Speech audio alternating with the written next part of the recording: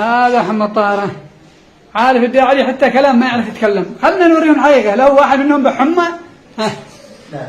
والله لو واحد منهم بحمى بيودينه مصر. بلا عرب هذونا حتى كلام ما يعرف يتكلم مع الناس. انتوا ما تفهموش. قال لكم اياها مسيلمة الكذاب الذي يدور راتب ولاحق علاج يروح بيت امه. لا يشترط ان يعالج اذا اصيب. من خرج يشترط راتب ويريد راتب ولن يقاتل الا براتب يروح بيت ابوه وبيت امه. لا ياتي معنا. لا هنا والله العظيم ما يتعالج على حساب الدين، على حساب الانتقال من عند ابننا. هذا محمد احمد. شوف كيف حالته. تعال قم صور. شوف كيفه. الله يعزكم. يعني خصيته مقطوعه، راسه مكسر، بطنه مدحمله، رجلاه مجبسه مكسوره. الان هذه المره الثالثه اللي يوقفون حسابه او الرابعه. اليوم موقف حسابه، اليوم سبت من الصبح. طيب الفيديوهات هذه للاسف الشديد المؤلمه ايش هدفها؟ تكشف الانتقالي، فساد الانتقالي. يا اخي معروف هذا الشيء من زمان. وقال لكم يا مسيلم الكذاب انه ما فيش راتب وانت مجرد وقود حرب. واضح جدا لكم ولنا. ليش عادك تنشر فيديو؟ علشان نرحمك؟ لا ما لكم رحمه. للاسف الشديد ما لكم رحمه. انت ما رحمت نفسك. كيف شيني ارحمك؟ ما رحمت اهلك. امك ما رحمتها، ابوك وامك اذا انت شاب، ابوك وامك ما رحمتهم لانك عارف اذا وصلت لهذه المرحله اهلك ابوك وامك راح يشحتوا الراتب. زي الفيديو القديم الذي نحن نزلناه من قبل مثل هذا. تشحت راتبها، راتب ابنها تشحته شحاته. شوف المقطع بالله عليك يقطع القلب اقسم بالله. هو الوحيد اللي معنا في البلد، لا كان حد معنا بالغول كلهم امراض. لا كان والله ما يجي الان في شمس على الدنيا على الجهل على من كثر الشموس ما تروح بشر. جيت كل ذاك الخميس عبد الله احمد. عبد الله احمد واختي عندها المراره قال الدكتور انا تاخر فيها. هذه نهايه الاشخاص الذين ضحوا بانفسهم من اجل القائد عيدروس او اي قائد. هذه نهايتهم انه يشحت. هذه ام شهيد وفي ايضا زوجة شهيد. شفت كيف؟ ما رحمت ابوك وامك الذي باب القيادات، ما رحمت زوجتك ايضا نفس الشيء. زوجتك الذي يعني وانت مريض او معوق او مثلا لا قدر الله مت، زوجتك بتروح تشحت. بتجي للقائد الصباح بيقول لها تعالي لي الساعه 3 العصر لما اكون رايق ومخزن. ممكن تجي لها العصر يقول لها تعالي بعد المغرب. انت ما رحمت زوجتك، ما حافظت على بنت الناس الذي امنوك عليها، ما حافظت عليها، ما رحمتها. شنو ارحمك؟ ما رحمت اولادك ما رحمتهم. الذي انت ممكن اذا انت في مثل هذه الحاله او ميت، اولادك راح يلبسوا ثياب مقطعه او مرقعه. ما رحمت امك ولا زوجتك ولا اولادك ولا رحمت نفسك. شنو ارحمك انا؟ لا ما برحمك انا، ما برحمك. ولا تسهل الجنه.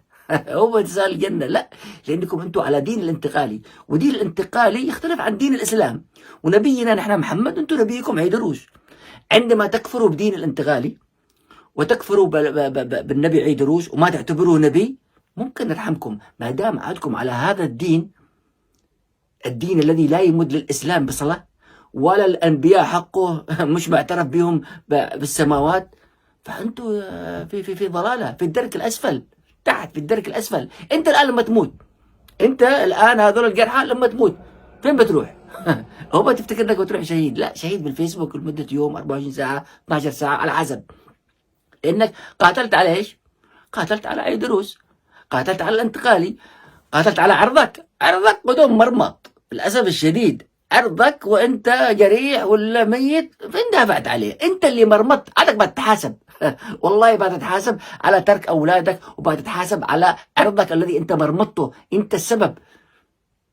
معروف الشهيد، قد فسرناه من قبل هذا الشيء، مش فسرناه يعني وضحناه، ولا هو قد فسر من عند الله. واضح جدا الشهيد. اما انك تدافع على قيادات وتدور الناس ترحمك ولا تدور الجنه، هذا احلام اليقظه. اخواني الاعزاء، نريد من الجميع ان يفهم ان احنا لا نشمت، اللهم لا شماته، ولكن لكي نحافظ على ما تبقى من ابنائنا واخواننا. يمكن الكلام القاسي الذي انا الان هذا اتكلم فيه، البعض الذي يفتكروا انه شماته، الكلام القاسي يمكن يعتبروا، يمكن يرجع لهم عقلهم. يمكن بعض الامهات والاباء ينصحوا اولادهم انهم يتركوا، روح بيع ماء يا اخي، بيع اي حاجه، بأي حاجة ولا تروح في هذه الضلال ولا يكون وضعك بهذا الوضع. الناس الذي عاد معاهم عقل من هذول الجنود يترك هذا المجال، يروح يشوف له أي شغلة. الأخت، الأخ، كل واحد ينصح صاحبه، كلموهم إنه هذا المجال هذه نهايته. شوفوا كيف نهايتهم. هذا واحد من الفيديوهات، ولا كثير في فيديوهات من السابق، في كل شهر في كل شهرين يطلع لنا هذه الفيديوهات، وفي ناس ما حد يتكلم عليهم ولا حد داري عنهم. هذه نهاية الضلالة، هذه نهاية في المشي الغلط، هذه الناس الذي يمشوا بعد الميليشيات. نهايتك يا انك واحد يشحت لك، يا اما انك تشحت، يا اما اهلك يشحتوا لك، لانه النهاية نهاية غلط. رب العالمين يعاقبك، انت فرطت بنفسك، فرطت باسرتك. لهذا ندعو الجميع الرجوع، نريد ان نحافظ على ما تبقى. نحن لا نشمت، ولكن نريد على الحفاظ على ما تبقى من اخواننا لكي يرجع لهم عقولهم.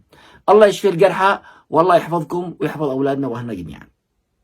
اذا انت تسمي نفسك مشروع شهيد مع المجلس الانتقالي، لابد ان تعلم علم اليقين، لابد ان تعلم علم اليقين ان امك واختك وزوجتك اذا هي شابه وبناتك اذا عندك بنات شابات سوف يكونوا شحاتين على ابواب القيادات، وبين العسكر من معسكر الى معسكر، ومصيرهم المظلم انت تعرفه، وانت السبب، انت السبب في كل ذلك.